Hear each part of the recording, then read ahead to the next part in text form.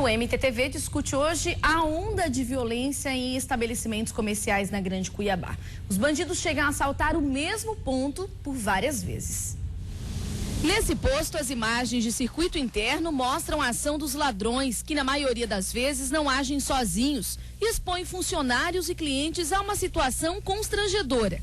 Veja agora a ação covarde de um dos bandidos que agride uma das caixas do posto.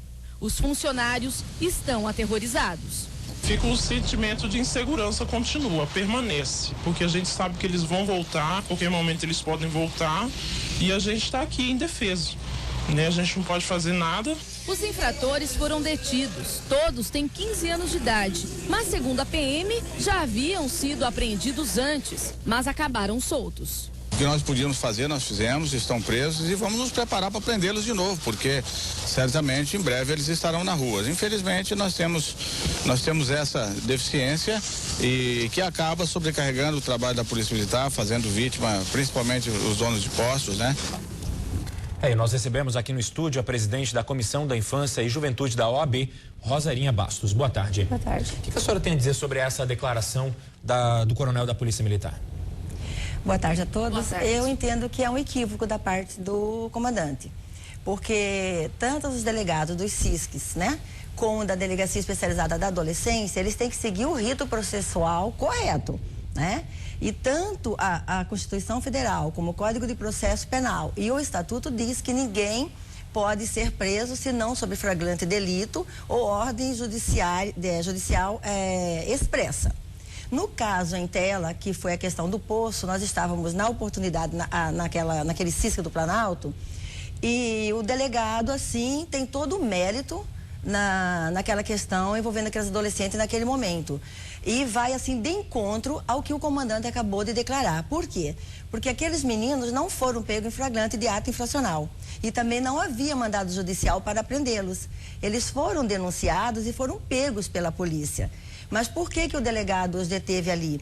Porque eles foram pegos com índice de materialidade do assalto, ou seja, a arma ainda estava na mão de um deles. Agora nós vimos ali na reportagem, né, que um dos menores já é reincidente, né? Uhum. Onde que está o problema? No sistema de recuperação? Eu acredito que sim, porque o estatuto, quando ele fala da recuperação e da reeducação dos adolescentes, ele é todo envolvido por um sistema pedagógico, porque nós estamos trabalhando com pessoas em franco desenvolvimento psicossocial, moral e físico, né? Então, os adolescentes, como as crianças, têm que ser olhados de uma forma toda diferenciada. E essa é a grande celeuma que nós que operamos na área enfrentamos, porque muitos desconhecem o conteúdo do estatuto, não sabem que ele é rigoroso e eficaz. Justamente isso que eu ia perguntar, existem crimes, assim como o tráfico de drogas, que a gente acompanha sempre, em que os jovens têm ação e são coordenadas por pessoas adultas, não é isso? As investigações conseguem chegar até esses adultos? Muitas vezes a senhora nos disse aqui, né, há pouco de entrar antes da entrevista, que muitas vezes as pessoas não conhecem o estatuto, porque o menor, ele é detido e o adulto, no caso, fica solto, é isso? Na maioria das vezes dos casos, todos eles têm um adulto por trás desses adolescentes. Eles são incitados a praticar o ato infracional. No caso do poço, salvo engano, até a própria televisão aqui veiculou, e lá na delegacia também eu ouvi que antes deles entrarem no posto para assaltar, um adulto passou para saber quem era o caixa, quem estava como frentista, etc. e tal. Depois que os mandou. Eu não tenho notícia de que esse adulto tenha sido pego, mas eles foram pegos logo após o ato infracional cometido. E a senhora acredita que isso sempre acontece? Que o jovem, ele pode ser mandado lá por um adulto e depois ele cai nesse engano de saber que ele não está tão protegido assim por esse estatuto? Eu não só acredito, como tenho certeza absoluta, porque trabalho na área. E, inclusive, quando eu converso com ele, eu digo para eles que eles se deixam manipular pelos adultos. Porque os adultos dizem para eles assim, pode ir tranquilo que o estatuto não vai te punir. Lê do engano. O estatuto pune talvez até mais que o próprio Código de Processo Penal. Agora, há toda uma garantia individual de direitos ali constitucionais e há também que se obedecer o devido processo penal, né? E o direito de defesa. No caso do adolescente, tem que levá-lo imediatamente a uma autoridade judiciária ou ao Ministério Público e chamar um de seus responsáveis ou quem ele indique, né? E não sendo ato infracional de gravidade, eles são liberados para serem apresentados no dia seguinte ao Ministério Público. Certo, quero convidar a senhora para assistir novamente as imagens, né, da agressão de um dos adolescentes lá no posto de combustíveis.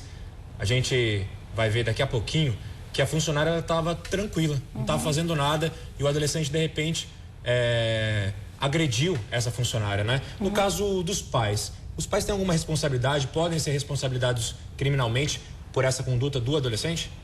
Pode. O artigo 98 do Estatuto diz que tanto o Estado como os pais podem ser processados por ação, omissão ou negligência, nos incisos 1º e 2º. E no 3º, o adolescente é processado em virtude de sua conduta através do ato infracional. Mas o Estatuto vai mais além. No artigo 129, o governo tem obrigação de ter programas dentro da política pública social básica para encaminhar esses pais, entendeu? Para programas de governo que vá trabalhar a questão social, a questão psicológica, e bem como cobrar desses pais que trabalhem isso com seus filhos num contexto pedagógico. Agora, o que nós vemos é as famílias todas esfaceladas, entendeu? No submundo da miserabilidade, sem geração de emprego e renda. Não estou justificando aqui nenhum ato infracional, muito pelo contrário. Praticou o ato, tem que ser punido mesmo, né?